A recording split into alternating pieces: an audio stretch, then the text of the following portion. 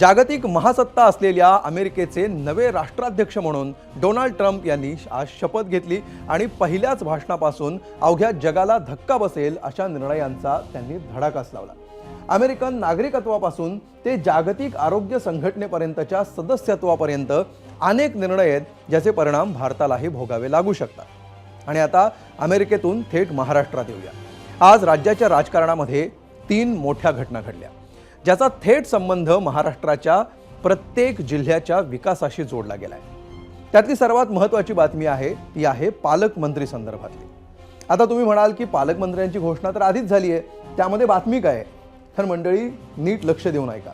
ज्या दिवशी पालकमंत्री पदाची घोषणा झाली, यादी समोर आली, त्याच दिवशी मुख्यमंत्री देवेंद्र फडणवीस दावोसला गेले, तर त्याच्या दुसऱ्या दिवशी उपमुख्यमंत्री एकनाथ शिंदे आपल्या मूळ गावी म्हणजे दर्याला निघून गेले। दबक्या आवाजामध्ये शिंदेंच्या नाराजीची चर्चाही सुरू झाली होती। एवढंच नाही तर पालकमंत्री पदाची यादी जाहीर झाल्यानंतर लगेच म्हणजे 24 तासांच्या आत रायगड आणि नाशिकचं पालकमंत्री पद स्थगित देखील करण्यात आलं। तिकडे अजित पवारांच्या गटातून मात्र कुठलीही प्रतिक्रिया दिसत नव्हती, त्यामुळे त्यांच्या पक्षामध्ये कदाचित नाराजी नसेल असंच वाटलं होतं, पण तसं काही झालं नाही। महायुतीमध्ये शिवसेनेनंतर आता राष्ट्रवादी काँग्रेसमध्ये सुद्धा पालकमंत्री पदावरून धुसफूस सुरू असल्याची माहिती समोर आली आहे। स्वजिल्हे किंवा शेजारचे जिल्हे न देता शेकडो किलोमीटर दूरवरच्या जिल्ह्यांचं पालकमंत्रीपद दिल्यामुळे राष्ट्रवादीचे मंत्री सुद्धा नाराज आहेत। राष्ट्रवादीचे एकूण 10 मंत्री आहेत आणि 10 मंत्र्यांपैकी केवळ अजित पवारांनाच त्यांचा स्वतःचा जिल्हा म्हणजे स्वजिल्हा मिळालेला आहे। आदिती तटकरेंना त्यांचा रायगड जिल्हा मिळाला होता, मात्र शिवसेनेच्या नाराजीनंतर त्याला स्थगिती देण्यात आली आहे। यासह छत्रपती संभाजीनगरमधील शिवसेनेतली धुसफूस आणि बीडच्या संतोष देशमुख हत्या प्रकरणामध्ये सुद्धा आज अत्यंत महत्त्वाची अपडेट समोर आली आहे। हे सगळं आजच्या भागामध्ये आपण पाहणार आहोत, मात्र सुरुवात आजच्या प्रश्नानं, आणि तो पाहण्यासाठी आपण जाऊया पोल सेंटरला।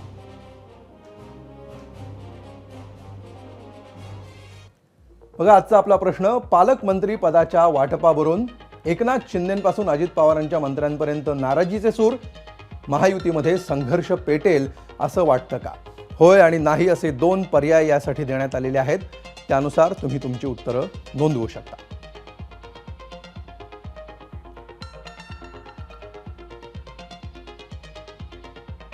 तर पालकमंत्री पदावरून असलेल्या वादाची चर्चा सुरू झाली ती उपमुख्यमंत्री एकनाथ शिंदेंच्या दौऱ्यामुळे। ज्या दिवशी पालकमंत्र्यांची यादी जाहीर झाली त्याच्या दुसऱ्याच दिवशी नियोजित कार्यक्रमामुळे उपमुख्यमंत्री एकनाथ शिंदे साताऱ्याला गेले। ते काल संध्याकाळी ठाण्यामध्ये परतले। त्यांच्या दौऱ्याचं टायमिंग जितकं चर्चेत राहिलं तितकंच नाही तर आज त्यांनी घेतलेल्या भेटीगाठी सुद्धा तितक्याच चर्चेत राहिल्या आणि निमित्त होतं रायगडचं पालकमंत्रीपद। ज्या 2 जिल्ह्यांच्या पालकमंत्री पदाची नियुक्ती रद्द झाली त्यातला एक जिल्हा म्हणजे रायगड। इथे राष्ट्रवादीच्या मंत्री आदिती तटकरेंची पालकमंत्री म्हणून नियुक्ती झालेली होती आणि तिथंच शिवसेनेचे मंत्री भरत गोगावले यांचा दावा होता।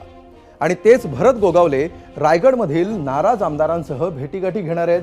मंत्री भरत गोगावले, अलिबागचे आमदार महेंद्र दळवी आणि कर्जतचे आमदार महेंद्र थोरवे हे सगळे पदाधिकाऱ्यांसह उपमुख्यमंत्री एकनाथ शिंदेंची भेट घेत आहेत। दरम्यान भेटीच्या आधी भरत गोगावलेंनी पुन्हा एकदा रायगडच्या पालकमंत्री पदावर दावा ठोकला आणि दादांच्या राष्ट्रवादीला टोला हाणला।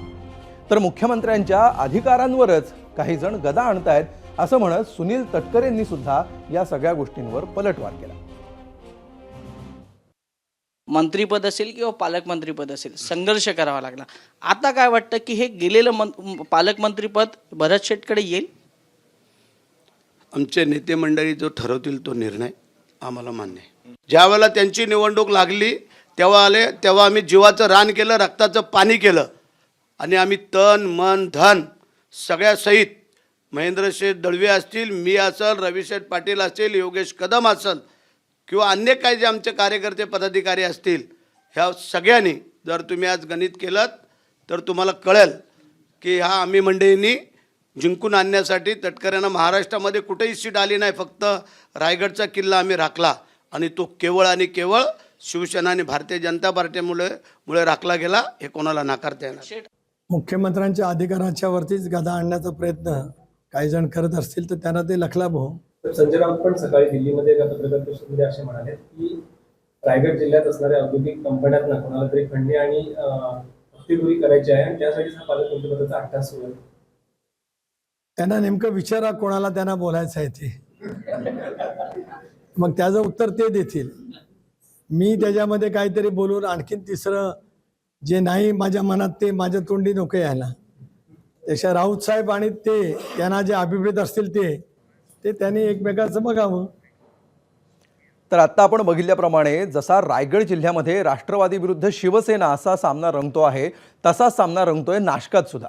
इथे भाजपचे मंत्री गिरीश महाजन यांना पालकमंत्रीपद मिळालं होतं, पण तेही आता होल्डवर गेलंय, कारण इथे शिवसेनेचे मंत्री नाराज असल्याची चर्चा आहे.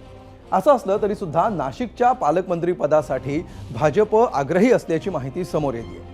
नाशिकचं पालकमंत्रीपद भाजपकडे ठेवण्यावर चर्चा झाल्याची माहिती सूत्रांनी दिली आहे.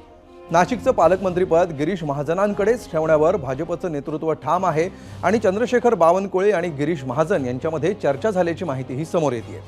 मुख्यमंत्री देवेंद्र फडणवीस हे उपमुख्यमंत्री एकनाथ शिंदे आणि अजित पवार यांच्याशी नाशिक पालकमंत्री पदाबाबत स्वतः बोलणार आहे.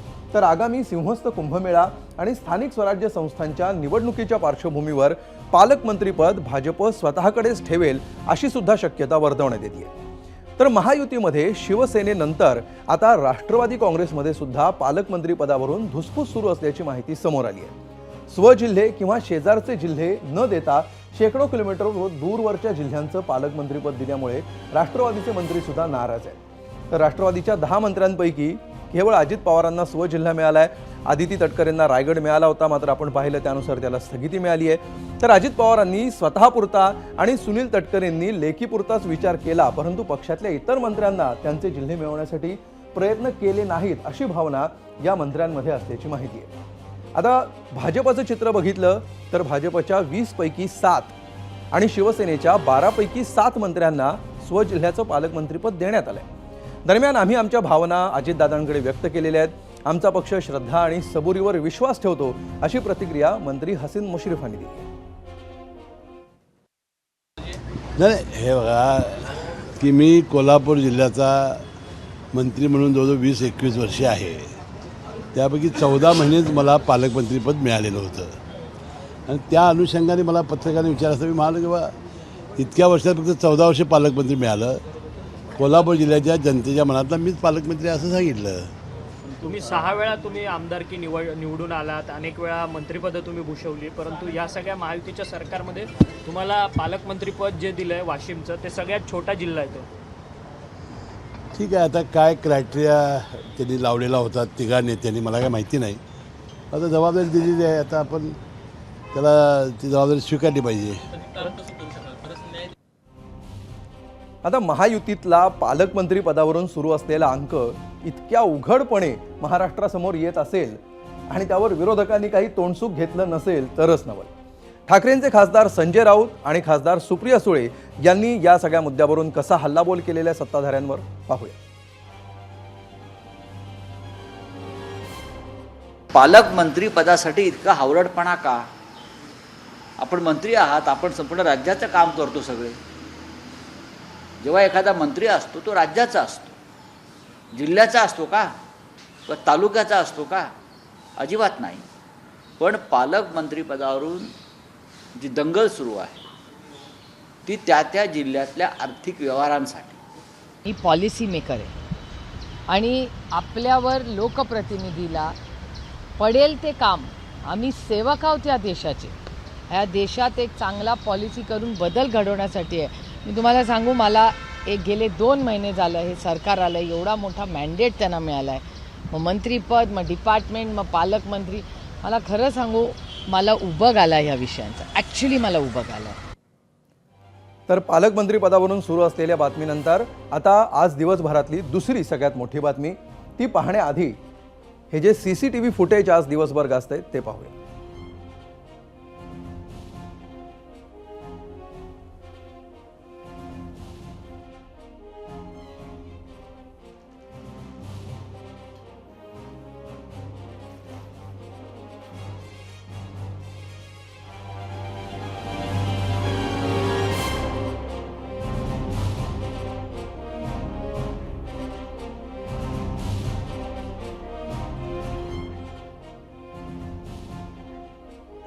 तर आत्ता आपण जो CCTV पाहिला आणि पाहत आहोत त्यामध्ये दिसणाऱ्या प्रत्येकाला पाहिल्यानंतर तुम्हाला कळलं असेलच की बातमी कुठल्या जिल्ह्यातून असेल. अर्थातच ही बातमी आहे बीडमधून. 29 नोव्हेंबर 2024 या दिवशीचं हे CCTV फुटेज आहे, ज्यामध्ये वाल्मिक कराड आणि त्याचे काही सहकारी दिसत आहेत. हे सगळे सध्या मस्साजोगचे सरपंच संतोष देशमुख हत्या प्रकरणामध्ये तुरुंगात आहेत. ही तीच 29 नोव्हेंबर अशी तारीख आहे ज्या दिवशी खंडणी मागितल्याची तक्रार आवादा कंपनीनं नोंदवलेली होती. विष्णू चाटेच्या फोनवरून वाल्मिक कराड यांनी खंडणी मागितल्याचं या तक्रारीमध्ये म्हटलेलं होतं. त्या दिवशी वाल्मिक कराड आणि इतर आरोपी एकत्र दिसत असल्यामुळे विरोधकांनी या योगायोगावर सुद्धा शंका उपस्थित केलेली. आता हे सगळं कमी होतं म्हणून की काय, सुरेश धस यांनी आणखी 2 नवे धक्के दिले. 1.5 वर्षापूर्वी परळीमध्ये महादेव मुंडेंची हत्या कुणी केली अशी विचारणा त्यांनी केली आहे. सोबतच 1999 सालच्या चेतना कळसे मृत्यूची चौकशी करावी अशी मागणी सुद्धा त्यांनी केली आहे. याच सुरेश धस यांनी संतोष देशमुख हत्या प्रकरणामध्ये पहिल्या दिवसापासून पाठपुरावा केलाय. नाव न घेता मंत्री धनंजय मुंडेंवर जोरदार हल्लाबोल केलाय आणि आजही जो आरोप केलेला आहे. आज संध्याकाळी 5 वाजता आम्ही त्यांच्याशी चर्चा केली. त्यामध्ये त्यांनी अनेक मुद्द्यांची उत्तरं दिली आहेत आणि त्यावरच चर्चा करण्यासाठी आपण जाणार आहोत. गेस्ट सेंटरला सुरेश धस आपल्या सोबत आहेत, त्यांच्याशी आपण चर्चा करूया. सुरेशजी, स्वागत तुमचं. सगळ्यात पहिला आजच्या दिवसातला सगळ्यात मोठा व्हिडिओ जो आज समोर आलेला आहे, हे CCTV फुटेज, यावर आपली पहिली प्रतिक्रिया.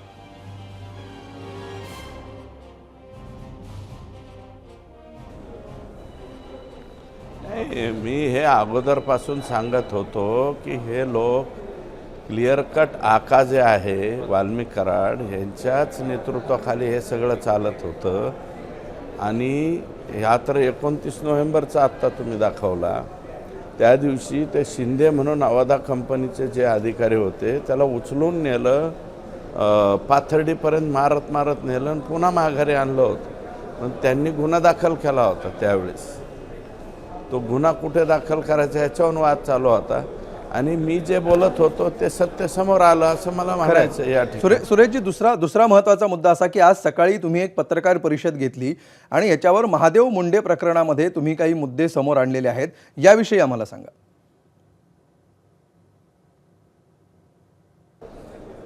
महादेव मुंडे हे दुधाचा व्यवसाय करायचे परळीमध्ये. बरं. आणि छोटी मोठी दूध धंदा ते आणून काय लोकांना दुधाचा वाटपाचा कार्यक्रम करायचे. नरेंद्र मोदी साहेबांची जी सभा झाली, ते जे ग्राउंड आहे माननीय हे आकांचन यांचं घर आहे आणि धनंजय मुंडे साहेबांचा बंगला, ते कॉलेज, त्याच्यासमोरचं जे ग्राउंड आहे त्या ग्राउंडवरती 5-6 जणांनी त्याला मारलं म्हणजे जीवच मारून टाकला. आणि मारल्याच्या नंतर ज्यावेळेस सानप नावाचे अधिकारी होते तिथं परळी पोलीस स्टेशनला, तर सानप साहेबांनी त्याचा तपास केला. म्हणजे हे मला जे माहिती मिळाली मी ती क्लिअर सांगतो. तपास केला, त्यातले आरोपी सापडवले, परंतु त्यांना अटक करू नका असं आका म्हणाले.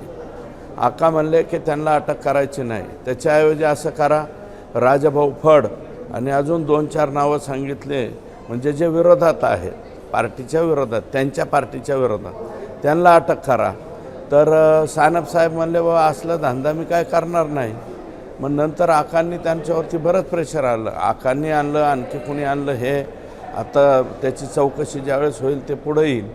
की तुम्हाला इथं नोकरी करायची का, तुम्ही इथून निघून जा. ते म्हणले मी निघून जाईल, पण त्या मुंडेंच्या याच्यामध्ये मी खोटं काय करणार नाही, जे आरोपी आहेत तेच मी अरेस्ट करणार. तर त्यांनी स्वतःहून बिचाऱ्यांनी बदली करून घेतली आणि ते धाराशिवला गेले. आत्ता धाराशिवला नोकरी करताय. तुमचा रिपोर्टर तिथं पाठवा, ते सांगतील सगळं किस्सा. मग ती घटना कधी घडली, ऑक्टोबर महिन्यामध्ये, 23 ऑक्टोबर 2023ला.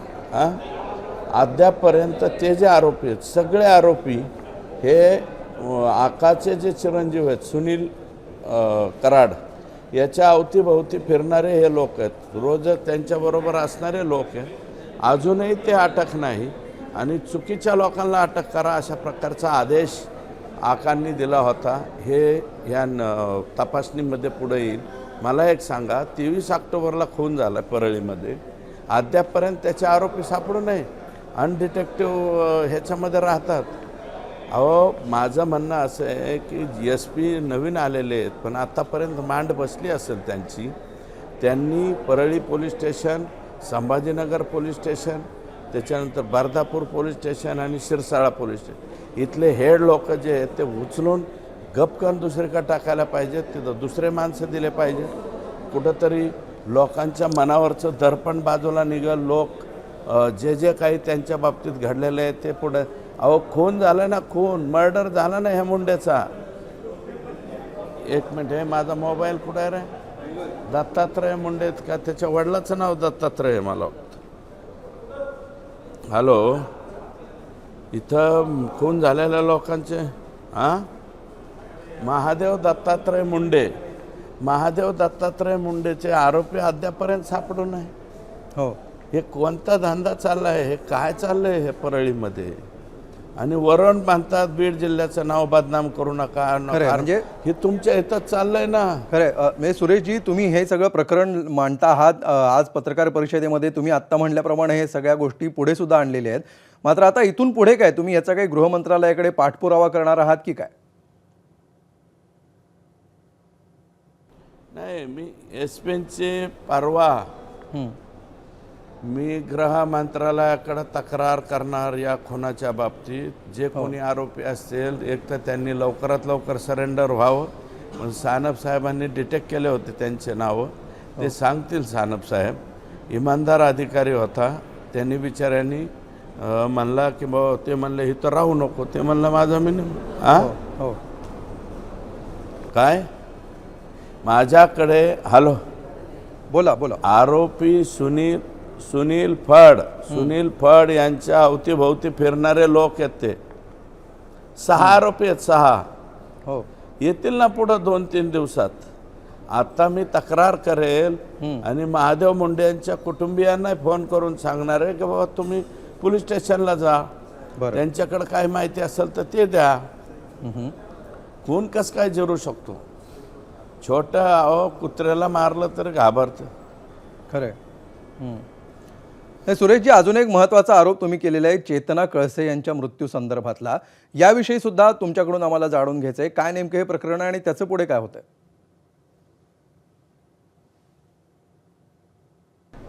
चेतना कळसे या मुलीचा जळून मृत्यू झाला. हो, जळली का जाळली याची चौकशी करावी. परळीमध्ये जाऊन जरा तुमचं बूमवाले माणसं पाठवा, सांगतील सगळं लोक. त्याच्यानंतर ती अवस्था पाहून वडिलांनी फाशी घेतली. मी त्या दिवशी गोळी म्हणलो होतो, गोळी घालून नाही घेतली. मी परत डिटेल त्याची चौकशी केली. फाशी घेतली वडिलांनी. तिची आई जी आहे ते येड लागून तेरवाडा ह्याच्यात गेली. एक भाऊ गायब झाला. बहीण कुठंतरी बॉर्डरवरती का कोणत्या राज्यात आहे अजून सापडत नाही. ह्या चेतना कळसेच्या प्रकरणापासून हे यांचं काही लोकांचं जिरत गेलं, भलं होत गेलं. त्याचा परिणाम म्हणून मग यांनी संगीत दिगोळे सुरू केला, किशोर फड केला, आणखी आंधळे, गायकवाड, नावं किती सांगायची.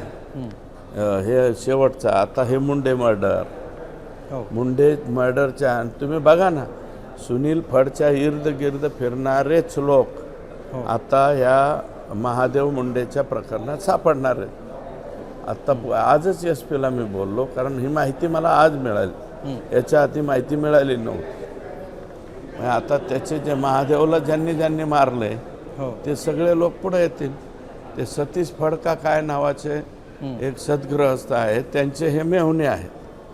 सतीश फड यांनी सुद्धा पुढे यायला पाहिजे. निश्चितपणे हे 2 नवीन आरोप तुम्ही आज केलेले आहेत. शेवटचा प्रश्न, पुन्हा एकदा ज्या प्रश्नापासून आपण सुरुवात केली होती तिकडे तुम्हाला घेऊन जातो. 29 नोव्हेंबरचं हे सगळं CCTV फुटेज आहे जे आज समोर आलेलं आहे.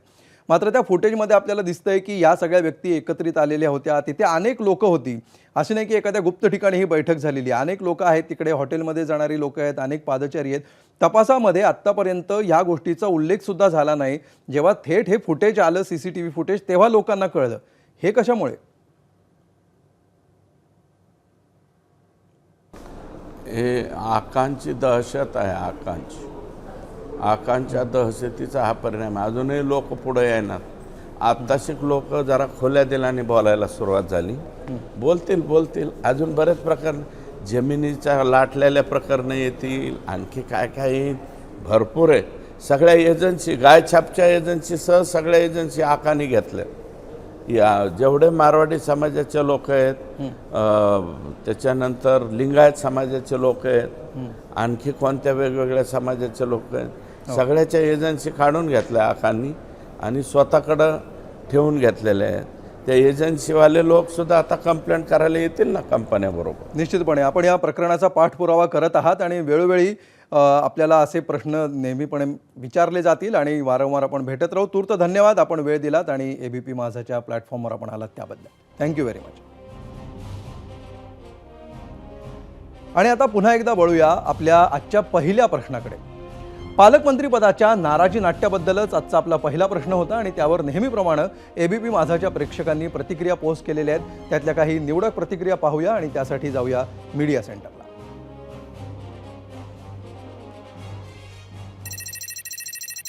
पालकमंत्रीपदाच्या वाटपावरून एकनाथ शिंदेंपासून अजित पवारांपर्यंत नाराजीचे सूर, महायुतीमध्ये संघर्ष पेटेल असं वाटतं का, असा आमचा प्रश्न होता. आणि बघूया याच्यावर काय काय प्रतिक्रिया आलेल्या आहेत. वैभव संचेती असं म्हणतायत की संघर्ष वगैरे काही पेटणार नाही, परंतु आपापल्या माणसांना सर्वांनाच सांभाळावं लागतं आणि संघर्ष पेटेल इथपर्यंत भाजप वाद जाऊ देणार नाही. त्यानंतर बघा पुढची प्रतिक्रिया विनय नाईक यांची आलेली आहे यूट्यूबवर. ते म्हणतात ईडी मागं लागेल मग कसला संघर्ष. एक्सवर धोंडप्पा नंदे म्हणतात जनतेनं मतदानातून भरभरून प्रेम दिलेलं आहे आणि त्याचा योग्य वापर लोकहितासाठी करण्याची गरज आहे. उगाचच ओढाताण करून वेळ वाया घालवू नये. पुढची प्रतिक्रिया एक्सवर आली आहे श्याम ठाणेदार यांची. ते म्हणतात पालकमंत्री पदावरून सुरू झालेली नाराजी पुढे मोठं रूप धारण करू शकते.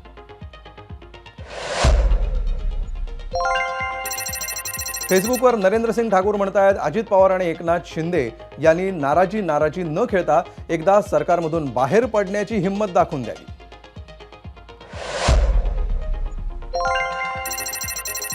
तर प्रकाश गाडे यांनी इन्स्टावर काय प्रतिक्रिया दिली आहे पहा. महायुतीमध्ये काही संघर्ष पेटणार नाही. अजितदादा सर्वांना सोबत घेऊन अतिशय उत्तम पद्धतीने सरकार चालवतील. त्यांच्याकडे सरकार चालवण्याचा प्रदीर्घ अनुभव आहे. दूरदृष्टी असलेले नेते आहेत अजितदादा.